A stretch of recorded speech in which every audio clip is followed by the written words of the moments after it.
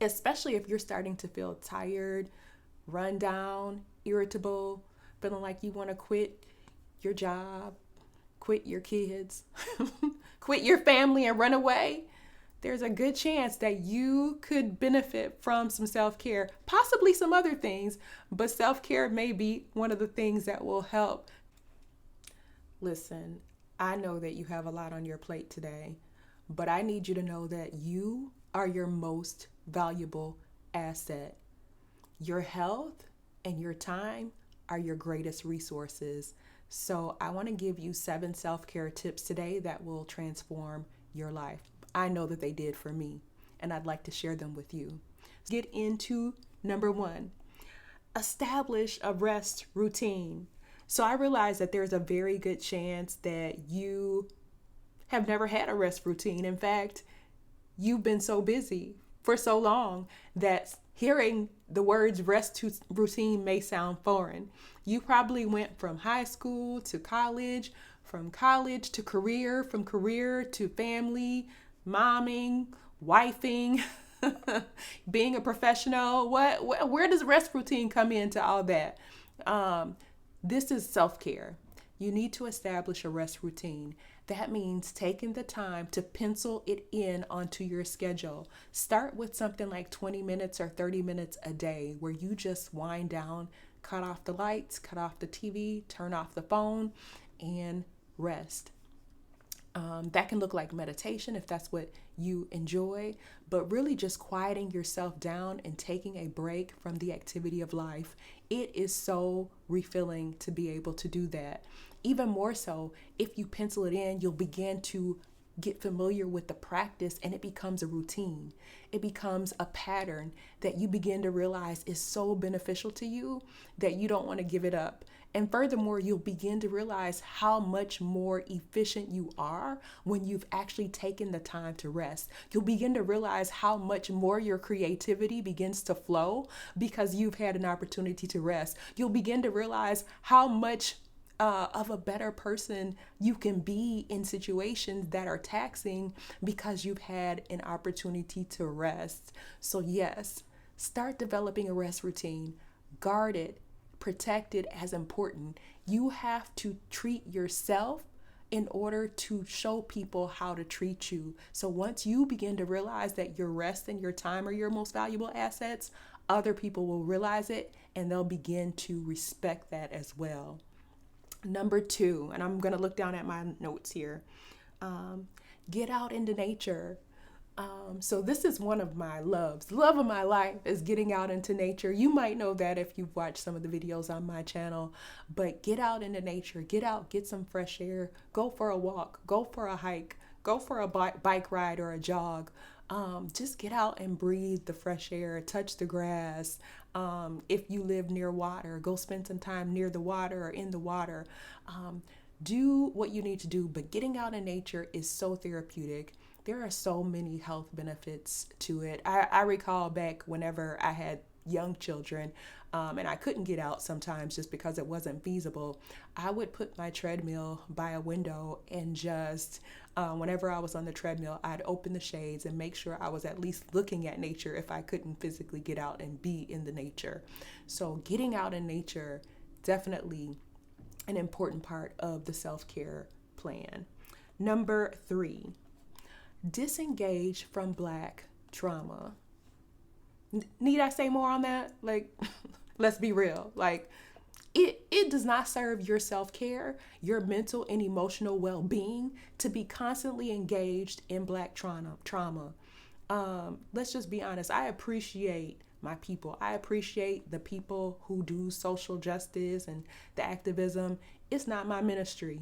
My nervous system wasn't built to constantly engage in that type of work, nor was my nervous system built to constantly be aware of all the negative, hurtful, harmful things that are being done to Black bodies that look like my own.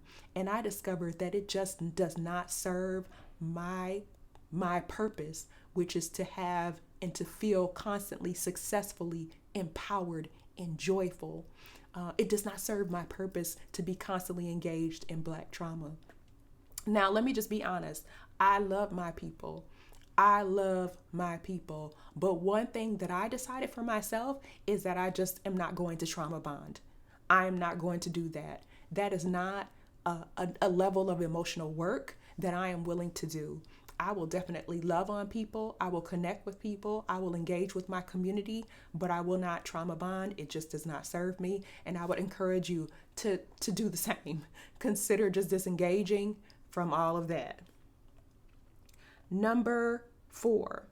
This kind of goes along with that, but I would say separately, taking time away from social media, and also when you are consuming social media, being mindful of what you are consuming. I'm sure that you know by now, here in the year 2023, that a lot of social media is negative, right? A lot of it is being built on people's fears, right? And people's frustrations and people's angers. And when that's constantly being fed on social media and fed into your heart and your mind and your eyes, that definitely has an impact on you. You would probably be surprised at how good you felt if you started to decrease your presence on social media. What you're consuming, you reduced it, and you just allow whatever you consume to be completely positive. If you decided that you're no longer going to consume negative social media, regardless of whether it means that you're less informed, so what? Perhaps we weren't built to be so informed. And maybe that's why people are being so adversely impacted with depression and anxiety, because we weren't built to be constantly aware of everything that's going on in everybody's personal life 100% of the time. I don't think we were built that way. You know, what's important, you'll know about. And if it's not, you'll be all right. So stay away from social media. Number 5, establish boundaries and learn to say no. This is a constant work in practice for me personally, but I know that when I recognized the value for my own self care and well-being of establishing boundaries, that it was a complete game changer and life changer for me. I started learning practical ways in order to establish boundaries, to communicate those boundaries, and to enforce those boundaries.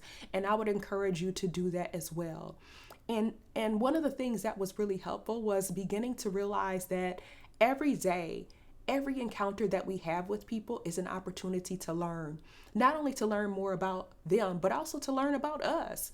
Are we effectively communicating our needs? Are we effectively establishing boundaries? What work can I do in that area to ensure that I am protecting my space, my mental well-being, my emotional well-being? What things do I need to limit or walk away from in order for me to maintain my peace? What things will I decide that I'm no longer going to participate in or allow to be in my ear or in my, space? So establishing boundaries, learning to say no. I've come up with some scripts too that I found to be so helpful. Like, thank you for the opportunity. I'm going to take some time to think about it and I will let you know. Or, I really appreciate that offer. However, at this time, I am not available. Just learn some creative ways to say no. And then you'll find that it becomes fun, right? You get to practice that. You get to hold yourself accountable as to whether did you establish a boundary? Did you communicate the boundary? And did you follow through, right? And then when you get to the point where there's no feelings of shame and guilt, and you can release that emotional baggage because you begin to realize that you're worthy of your time, that you have the right to decide how and when you're going to spend time doing the things that you would like to do, and that the things that don't serve you, leaving them and letting them go. And the next one that I have on my list is stop overworking. Okay. So I realize that overworking is something that it can be a sticky point, because I realize that we got to do what we got to do to get to where we want to go, right? But I believe that it's necessary that we begin to realize that, again, our time is our most valuable asset. So when you begin to value your time over money, things begin to align differently, or you begin to think creatively about how you can give yourself additional time that is not being allocated to trying to get money, right? At least for me. I decided that I was not going to spend and give up my most valuable resource, which is my time, chasing money all the time. So I started to put things in order in my life in a way, decreasing my monthly expenses, decreasing my annual expenses that did not require me to constantly be at this constant rate of overworking. Now I realize that sometimes we have to go through a season where we need to do what we got to do. You know what I mean? We might have to extend ourselves, but that should not be the norm. We shouldn't be constantly in a season where we were constantly overworking and exhausting ourselves, because eventually that takes a toll, and I promise you, I've been there, I've done that. It's not worth it. So try to minimize, decrease your lifestyle so that you're able to not have to constantly overwork, that you're able to find a good pace in working, that is something that you can sustain. And finally, number 7 that I have on my list is nourish yourself with good food. Of course, this is one of my favorites. As you know, I'm really into health and nutrition. And by the way, if I didn't introduce myself, my name's Dr. Nicole Sean, a nurse practitioner with a background in family medicine. On this channel, I talk about things related to health, wellness, lifestyle, travel, and I am creating a life that I want to live, encouraging and inspiring you to do the same. And so I, on this channel, am sharing information with regard to health and wellness and also nutrition. So this nourishing yourself, definitely one of my favorites. I love filling myself with things that provide me with energy, boost my immune system, just make me feel good from the inside out when I can nourish my body with good food. So that's the 7th tip that I have for you. Hopefully you found it to be helpful. If so, please go ahead and give this video a like, leave a comment down below. Let me know some of self-care activities that I might have missed that you enjoy or implementing into your life. And yeah, thank you so much for joining me. Till next time, just remember that your health is your wealth. Take care of yourself and each other. Love you. Till next time. Bye.